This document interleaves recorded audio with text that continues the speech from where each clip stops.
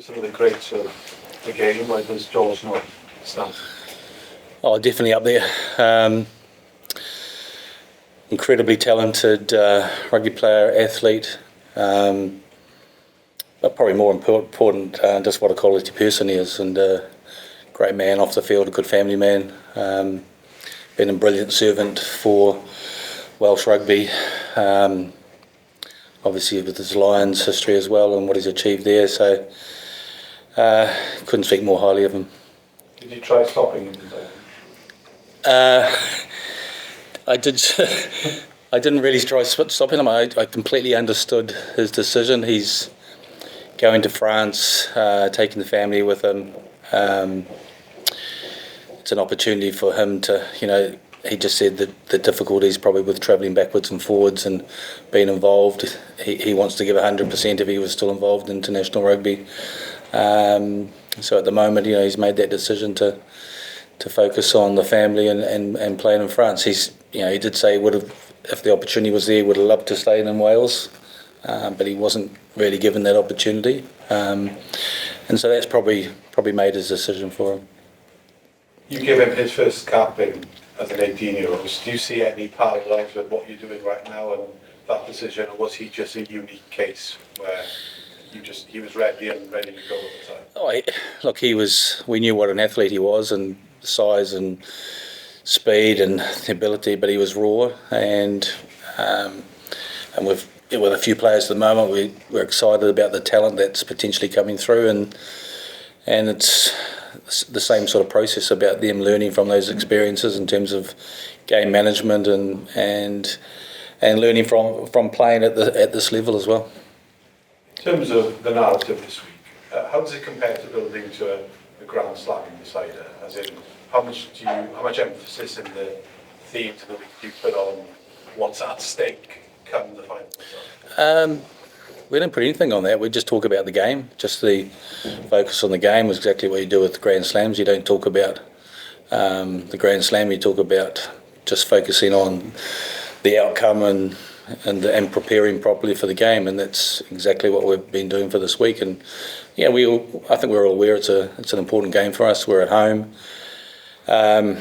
We felt like we've been in games, all the games for long periods, and put ourselves into position that we're potentially could have won a couple of more games than we have at the moment, and that's been frustrating for us. But continuing to work hard and talking to players continually about situations, scenarios, game management, and continuing to improve. Did you speak to Warren Gatland about his performance on the weekend and then his nonsense? Yeah, I did. Yeah. What did you say? Oh, look, we were happy with him from an attacking perspective. I thought he did a really good job. The connections in terms of out the back were better than they have been for a few games. It's something that we've been continuing to work on. Spoke to him about defensively, probably at this level, bringing some more line speed, getting through and putting pressure on. Probably got sat on his heels. He's had a look at that, and I think that's something that he's going to continue to work on. But overall, we were really happy with his performance. And finally, from me, it's an inexperienced front row on the bench. Yeah. Do you have the confidence? Do you expect them to, if need be, come in after 50 minutes and close the game out that way? They've got to do a job, and we've got to, particularly in a few positions up front, and in terms of it's really important that we develop some depth in those positions. Corey Domachowski's been involved and stuff, and so we've got Gareth, who's got a lot of experience now, and we've had Corey. We've been building on that experience, but there's a chance for Kemsley to get potentially some game time and for us to develop more depth. And it's one of those scenarios where you pick some youngsters, you give them a chance. If it doesn't work out, you get heavily criticised, and then on the other hand, if you're not developing and you pick up some injuries, people criticise you for why haven't you exposed and given some of those youngsters an opportunity. So we're trying to find a balance, and we're trying to build on that in terms of creating some depth and players that have been working hard, giving them that chance. And is Kieran fit, by the way, as well? He is, yeah. He is. Yeah. Warren, on some of those inexperienced players, people like Cam Winnett, Alex Mann, who are doing this for the first time, what are you saying to those players specifically? Because it'd be understandable if there's an area of desperation about their performance on Saturday. Yeah, look, for those players, there hasn't been any too much of a chat. It's about them just going out and just experiencing the game in international rugby. They haven't played a lot of regional games even. So it's probably from being in this campaign and going back and putting some of those experiences from international rugby back into a regional game and you know, hopefully being better at that level. We see them both as being, you know, extremely talented young players that are just kind of continue to get better. And I think the last thing, it's just little things that we've been working on with them, things with Cam, just a little bit more width in his attacking game and things. But look, he's been excellent so far in terms of his high ball thing. He's been really accurate. So we're really pleased with him on this campaign. Alex is still a very young player that physically we want him to probably go away from here and put a little bit more size on, but that's not the priority at the moment. But we see him as an exceptional sort of talented player. Sort of, he's got great vision, communicates really well. Yesterday at training, he was talking really well. I know he's had roles in the past in terms of leadership roles, and it's just about him going in again. Not getting too uptight, not getting too nervous, but just trying to enjoy the experience. Yeah, absolutely. Just on that, when did you sort of realise the size of this rebuilding job that you're currently facing? Did you recognise it before you took it? Right from the start. You know, it's kind of like we've made this decision. You tend to go back and you look a little bit at history. You can go back as far as 2003, where it was probably not the greatest year for Welsh rugby, and 2 years later that team wins a Grand Slam.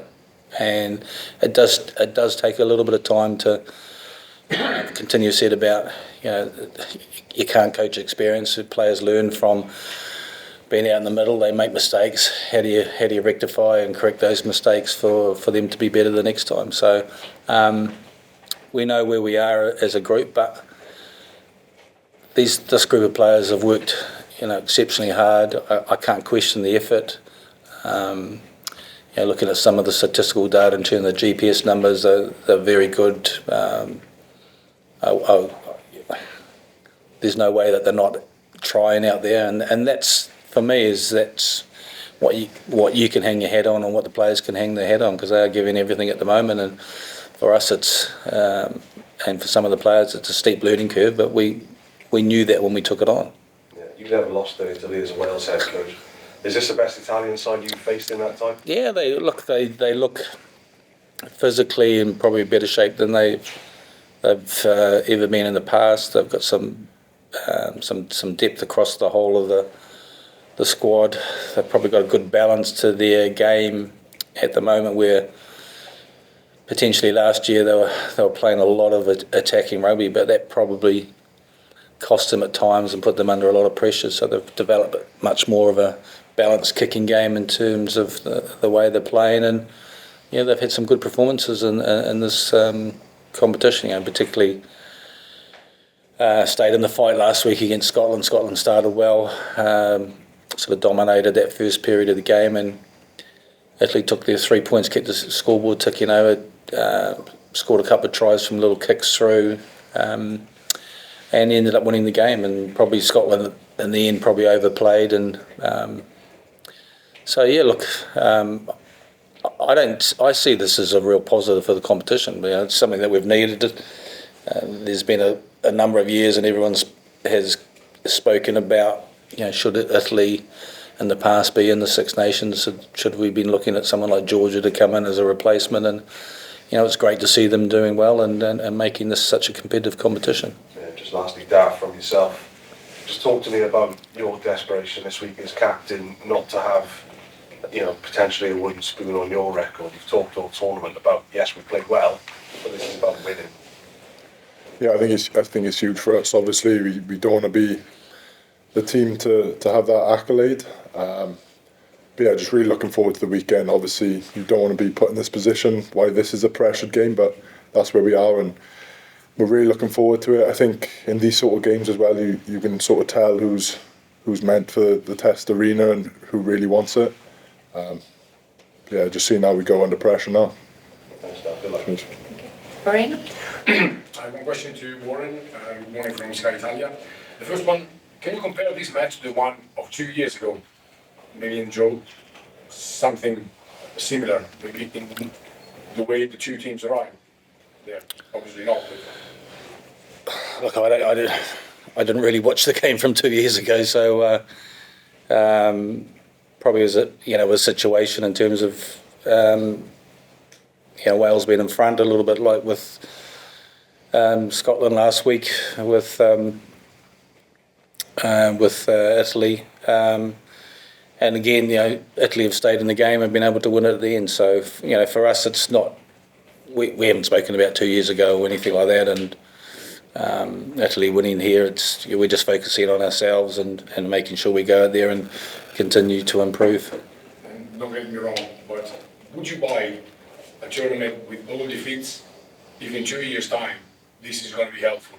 Or a tournament with no victory is not anyway acceptable? That's a good question. Yeah, I mean, international rugby is always about winning. So we understand the pressure of that and the expectation that we put on ourselves. So, look, I don't sort of look and say, would I take this over that? It's just about us focusing on this weekend to continue to improve as a team and to go out there and to win on Saturday. Alex? Warren, with George moving on, how much of a blow is that for what you're planning for the next 4 years? Because he's still only 31 and the experience he's got compared to some of the young guys he's got coming through. Yeah, it's not completely a surprise to me, because we have had a couple of conversations already about, he was talking about when was the right time for him to retire. He's been playing international rugby since he was 18. He's been going for a long time. He doesn't miss too many training sessions, and when he's fit and ready to go, he gives a huge amount during the week. So he was already probably thinking to himself, when was the right time from a physical point of view, or how long has been involved in international rugby. So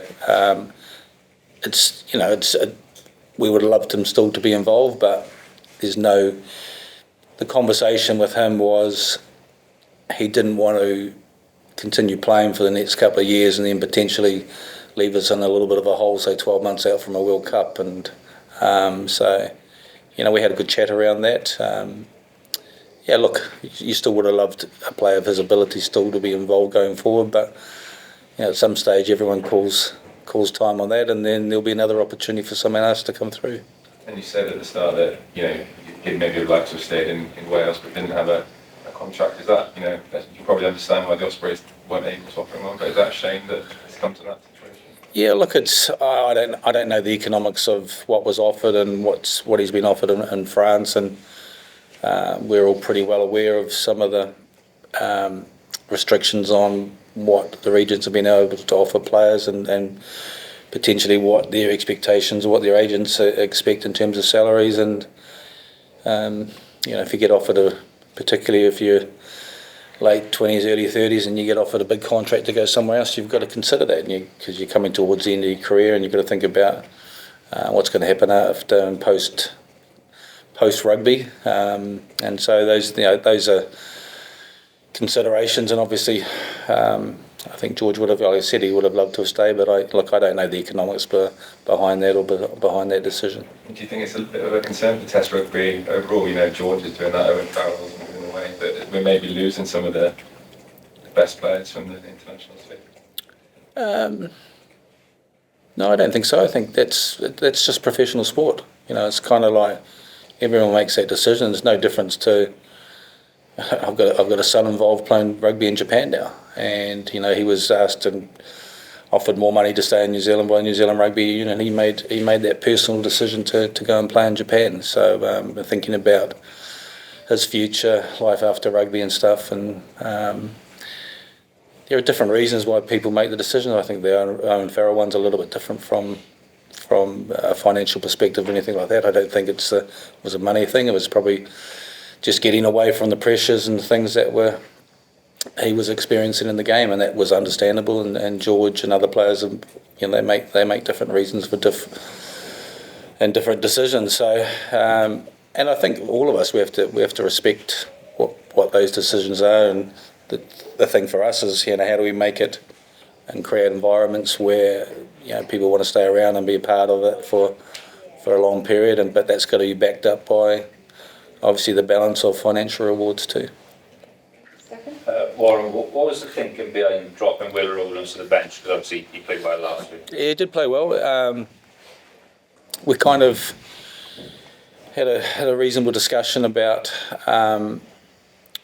probably one of the things that we need to continue to improve on is that sort of last 15 minutes, 20 minutes of the game, and some of our game management and the impact of our bench. And probably the discussion was,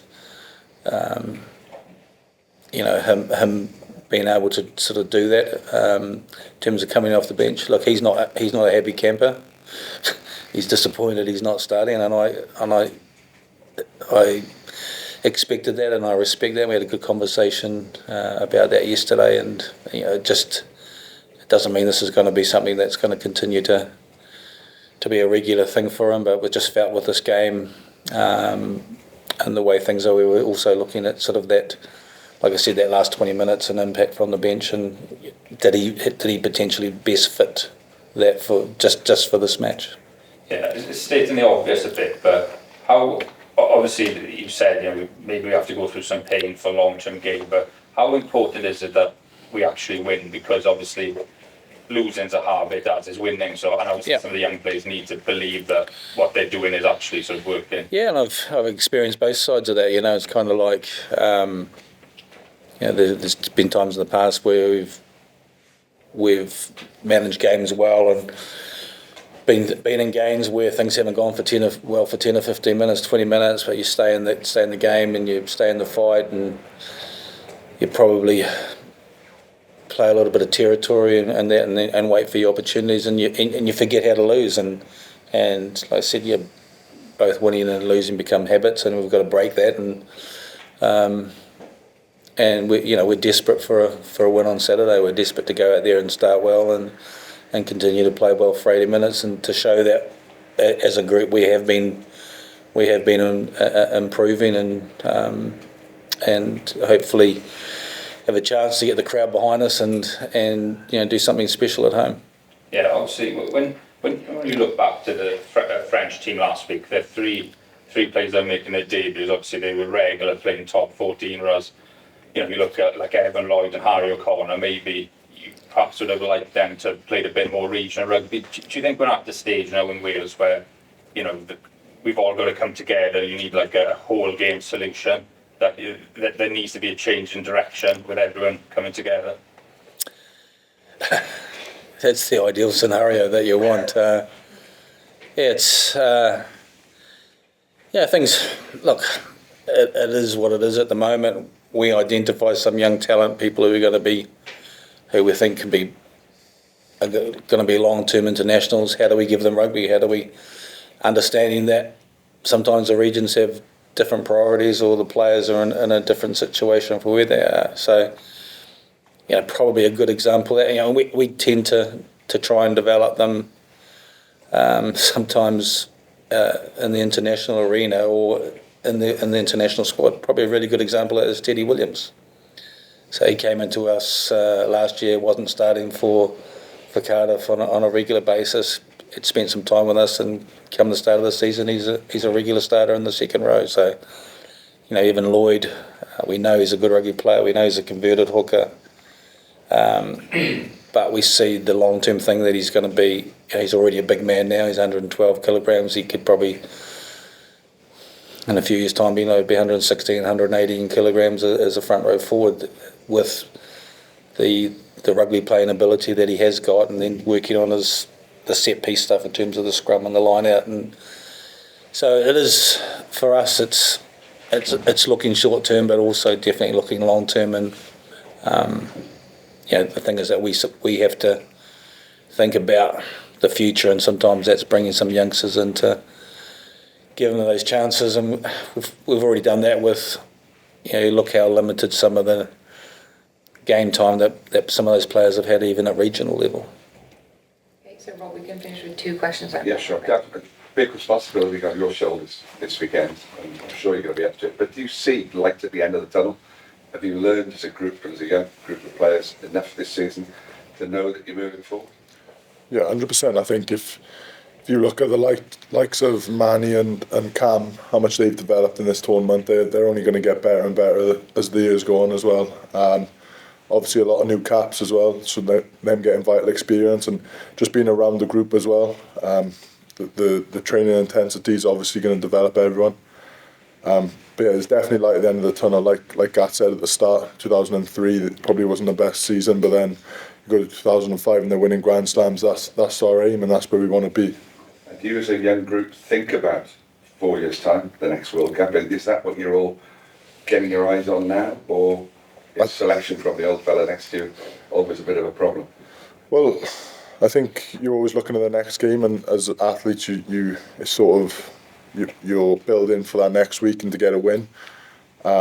Probably when this tournament's over now and you get a bit of a break, you can start looking ahead and trying to get selected for the next tour, I suppose, and just developing from tournament to tournament rather than the big picture. Thanks. Best of luck. Cheers. Thank you. Okay, with this one quick one. Warren, not been in this situation before with Wales. How are you feeling personally about the pressure this week, and what's at stake on Saturday? I love it. For me, it's a challenge, it's kind of like, and I think David alluded to it right from the start, you find out about people. You find out about people in weeks like this when you're under a little bit of pressure, how you respond to that pressure, who's going to put their hand up, who's going to accept the responsibility, and you find out so much more about individuals when you're under pressure, and that's kind of where, that's what international sport and professional sport's all about. It's the big moments, whether it's you're playing for Grand Slams or you're at the other end of the table fighting for survival and fighting to make sure that we get a win on the weekend. About yourself?